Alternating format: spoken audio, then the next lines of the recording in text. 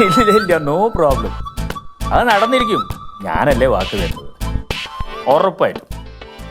ഓ ചെയ്യാന്ന്. എന്ത് പ്രോബ്ലം ഉണ്ടെങ്കിൽ എപ്പോൾ വേണമെങ്കിൽ വിളിച്ചോളൂ, നമുക്ക് പരിഹാരം കാണാമല്ലോ. ഈവൻ മിഡ് നൈറ്റ് ആണെങ്കിൽ പോലും ഞാൻ ഫോൺ ആൻസർ ചെയ്തിരിക്കും, അറിയാമല്ലോ. ഓ ശരി ശരി ശരി, okay okay, bye, take care.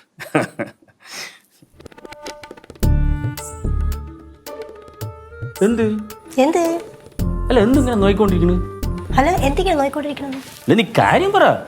അല്ല പതിവില്ലാതെ അല്ല ആരെ വിളിച്ചത്?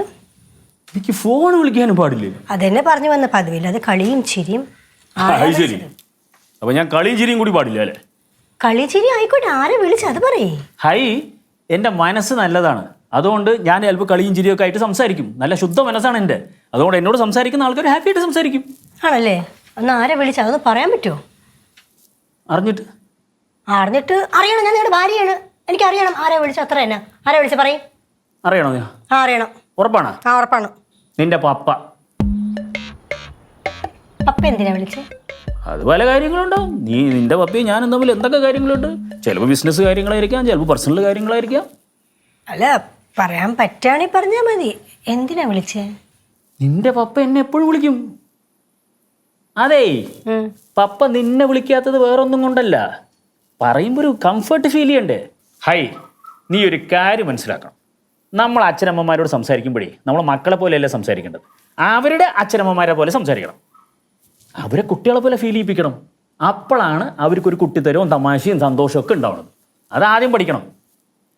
എനിക്കറിയാം എൻ്റെ പാരൻസിനോട് എങ്ങനെ സംസാരിക്കണം, നിങ്ങൾ പഠിപ്പിക്കുന്നു. Okay, phone. ഹലോ, പപ്പയായിരിക്കും, എടുക്ക്. ഇങ്ങനെ സംസാരിക്കാം. എന്താ? അല്ല വേണ്ട, അത് ഞാൻ സംസാരിക്കാം. പപ്പയ്ക്ക് എൻ്റെ അടുത്ത് പേഴ്സണലായിട്ട് ചില കാര്യങ്ങൾ പറയണ്ടോ? ആ സാരില്ല, നിങ്ങൾ ഇങ്ങനെ ഞാൻ സംസാരിക്കും. ഫോണിൽ തന്നെ. അല്ല എന്തിന്?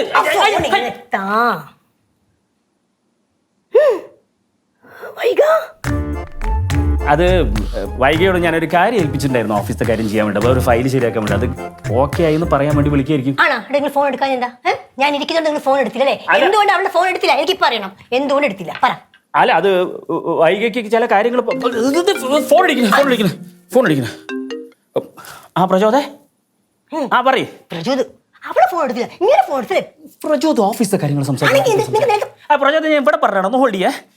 ഓഫീസിലെ സീരിയസ് കാര്യങ്ങൾ സംസാരിച്ചുകൊണ്ടിരിക്കുന്നത്. സംസാരിക്കാതെ. ആ പ്രചോദ് വായിക്ക്. വായിക്കാനാ? ഒറ്റന്നല്ല, മൊത്തത്തിൽ വായിക്ക്. അത് കറക്റ്റാണ്.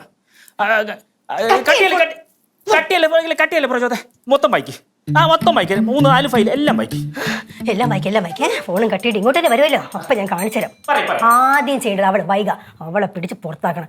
എന്നാലും ഇങ്ങനെ അഹങ്കാരം കുറച്ചെങ്കിലും അടങ്ങത്തുള്ളൂ.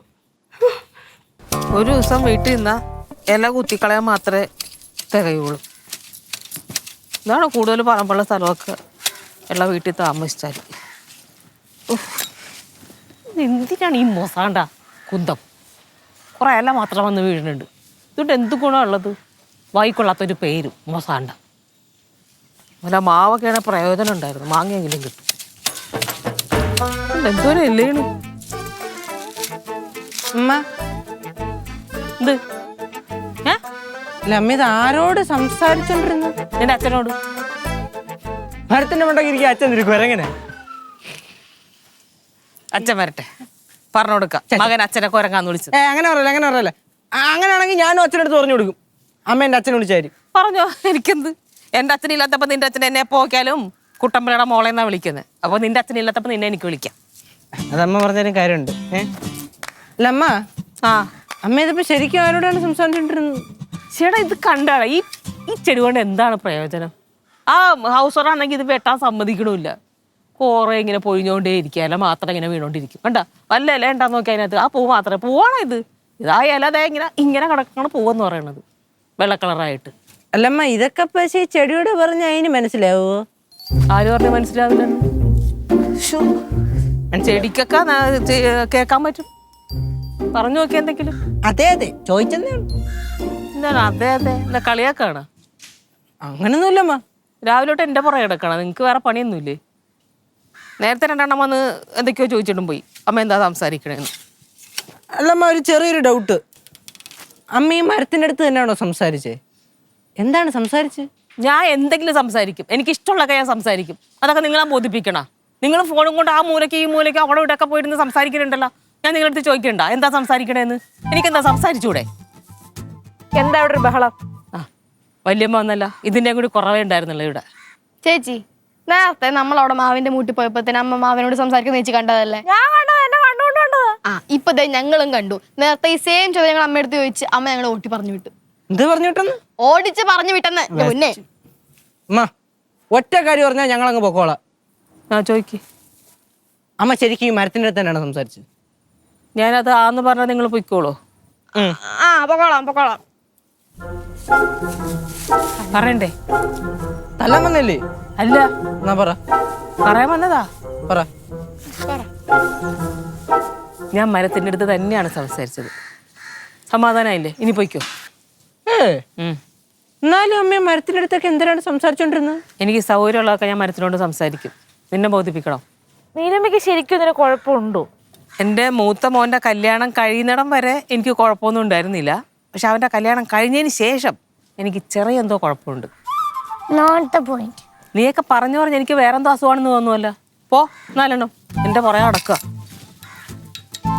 അല്ലെങ്കിൽ വേണ്ട, ഞാൻ തന്നെ പോയിക്കോളാം. എന്തോ കുഴപ്പമില്ലേ? എന്തോ ഇല്ല, എന്തൊക്കെയോ കുഴപ്പങ്ങളുണ്ട്.